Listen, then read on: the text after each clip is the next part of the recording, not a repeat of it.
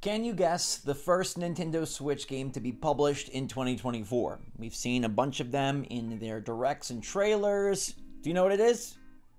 Good job. It is another code recollection, recollection, pronounce it how you will. It's a collection of Trace Memory and its sequel from the DS, now moved to the Switch for $60. They just dropped a demo on the eShop, which I think is very kind for a franchise that most current buyers probably don't have a lot of familiarity with. This is the second big Switch game of the year. The first one's going to be Prince of Persia: The Lost Crown on the 18th. This is one day later on the 19th, and I played the entire demo, and I've got some things to say.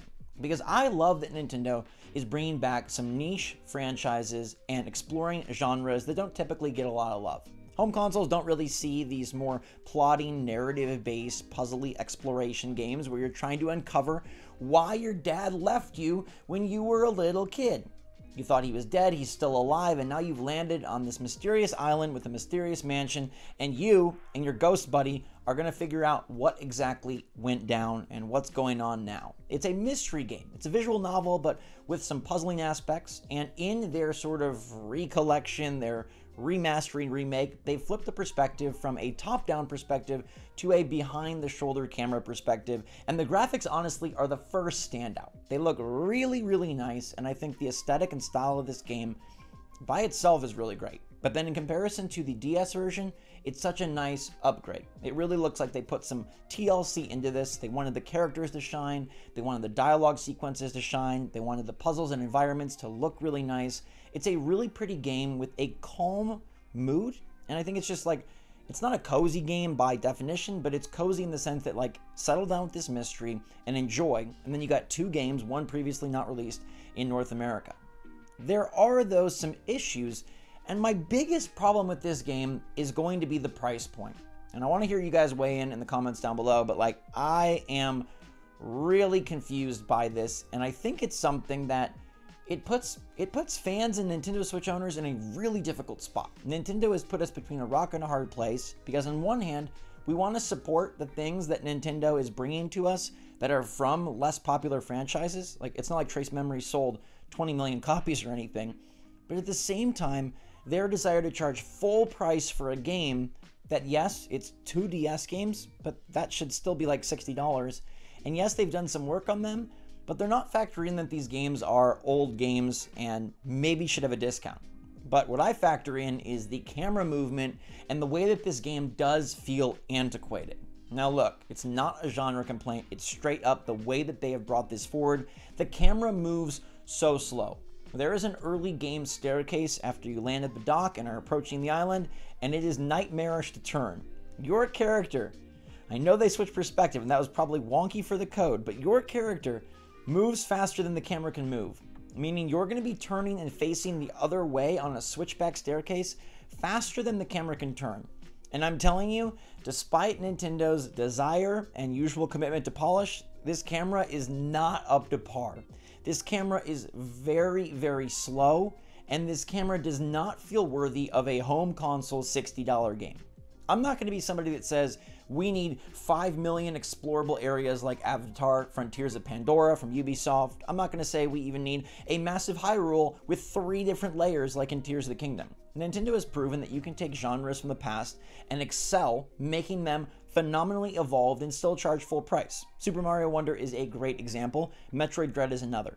But Another Code Recollection does not feel evolved. Yes, it is upgraded from its past originator, but it's definitely not feeling like a modern take on this type of game. There are plenty of visual novels that are still very popular. There are plenty of games where you have to click on everything and explore, solve a few puzzles, dialogue, ask questions, take photos, but they don't typically cost $60. This type of game is ever present on Steam for about $19.99 and maybe $29.99 if it's a premium game. Now you're asking yourself, okay, well, I'm getting 2 games here, so that would be $60, but I still just feel like this is really a large ask. And Nintendo is going to do this a lot to us in the coming year. They've got Another Code Recollection, which is $60. Then they've got Luigi's Mansion 2, another DS game. Now they are remastering the graphics, so I understand that adds some cost, but that could easily come in at $60 as well. And now we're paying full price for a 3DS game that previously cost about half.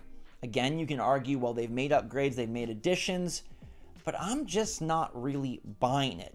In an era where $60 and $70 is still a lot of money, yet usually yields a really nice game experience, it is very difficult, and we'll stay within Switch, to compare another Code Recollection to something like Mario Wonder or, for example, the upcoming Metroid Prime 4. Unless Metroid Prime 4 feels risky and goes $70, you're going to have another Code Recollection and Metroid Prime 4 for $60 each.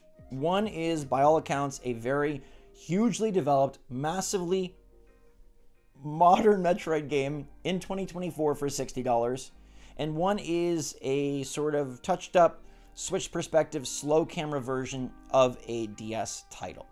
Now, I know that maybe a direct comparison is invalid in some of your eyes, but it's the price point that I take issue with, not the game's quality.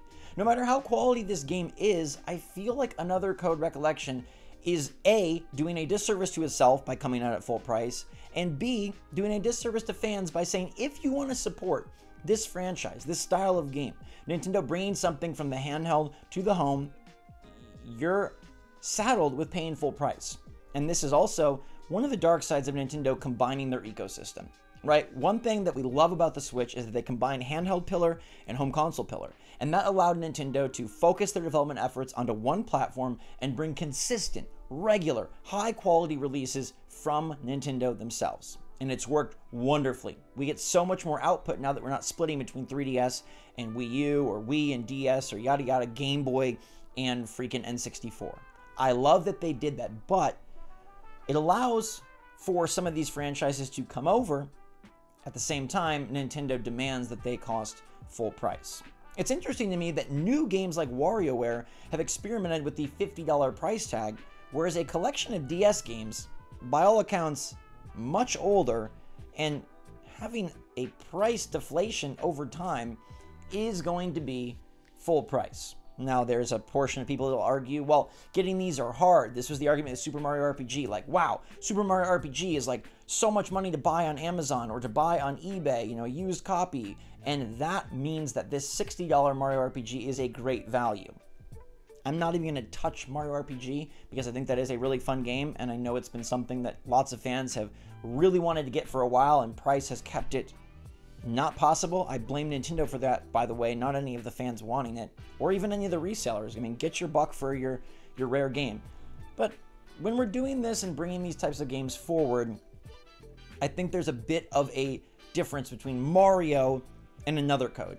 I think another Code would be more successful for the developer and the publisher and for the fans if it came in at a lower price point, or you're gonna have to do more work. I feel like Mario RPG doesn't feel held back in any real way. There's no part of that game that feels like it is stuck on a different system, stuck years ago. Like, you could argue that maybe some of the simplicity of the game isn't up to your modern standard, but by all accounts, it works, runs, plays great. Another Code Recollection is so darn slow to play.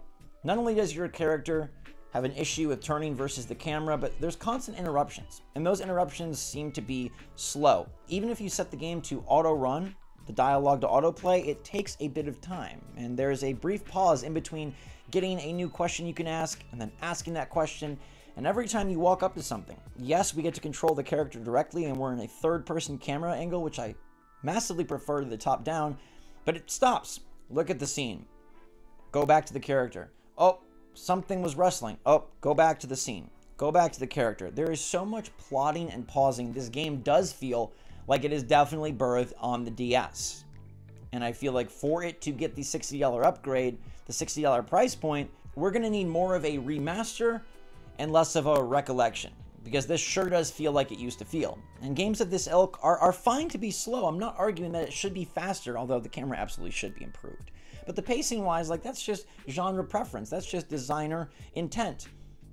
But $60, it doesn't feel great. And whether it should be that way or shouldn't be that way, we are faced with a modern gaming era where plenty of things are free, lots of games are easy to acquire on sale, and the big tentpole $60, $70 games have a lot more to offer than another Code Recollection.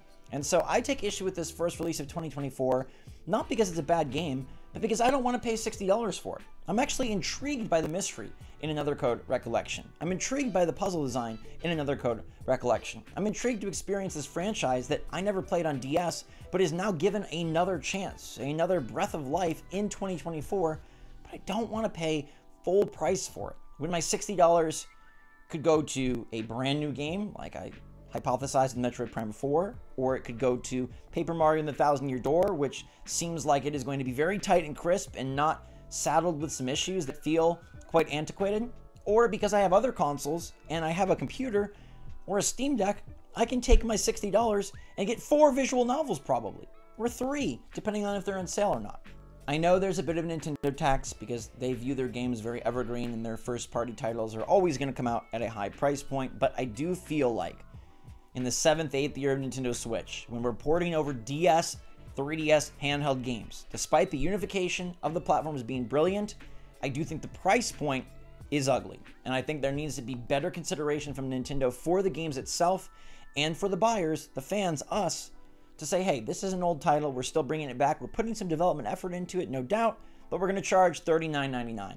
That's what I expect this game to cost, and that's where I think it would feel like a recommendable sweet spot. But despite my intrigue with the title, the impossibly slow camera, and just the way that games are these days and what you can get elsewhere, I can't recommend Another Code Recollection, at least not at full price. Once it hits a sale, sure, but right now, download the demo, and unless you absolutely love it, this is a pass for the first Switch Nintendo published game of the year in 2024. Let me know your take on this, and do you feel that games coming from past systems, handhelds in particular, should bear a lower price tag, or do you feel like 60 is fine because they've made some adjustments, even though the adjustments did not include making the camera modern and smooth? This feels held back, and it also feels very pushed forward in terms of price point, and that mix just isn't going to work for me.